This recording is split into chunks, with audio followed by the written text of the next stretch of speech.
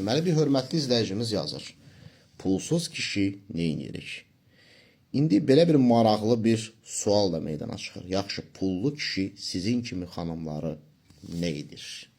Burada söhbət elə kişidən gedir ki, o kişi öz zəhməti ilə sıfırdan yüksəlib, daimi öz üzərində işləyən, pulun hardan və necə gəldiyini bilən, hesabını tutan, kimə, hara və nə zaman xərcləyəcəyini bilən, birinin nəfsi ilə birinin ehtiyacları arasındakı fərqi açıq-aydın görən, eyni zamanda da öz nəfsini kontrol edərək daimi öz üzərində işləyən kişilərdən söhbət gedir.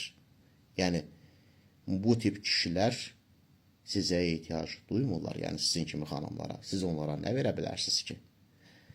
Məsələn, yemək pişirməkdir, aşbazları edə bilər. Təmizlik işləridir, xadimələri edə bilər. Burada sözsüz ki, miras yedi kişilərdən söhbət getmir. Yəni, anadan gəlmə varlıq, bolluq içərisində üzür və pul qazanmaq üçün heç bir zəhmətə girişməyibdir. Belə kişilər təbii ki, pulun qədrini də bilmədiyinə görə sizin kimlərə pul xərcləyəcəkdir. Çünki nəfslərini kontrol edə bilmirlər. Yenə də burada sonda onu vurğulayıram ki, hər xanımdan burada söhbət getmir.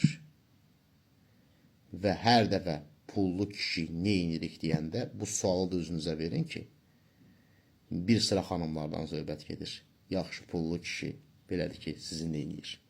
Diqqətinizə görə minnətdaram. Sağ olun.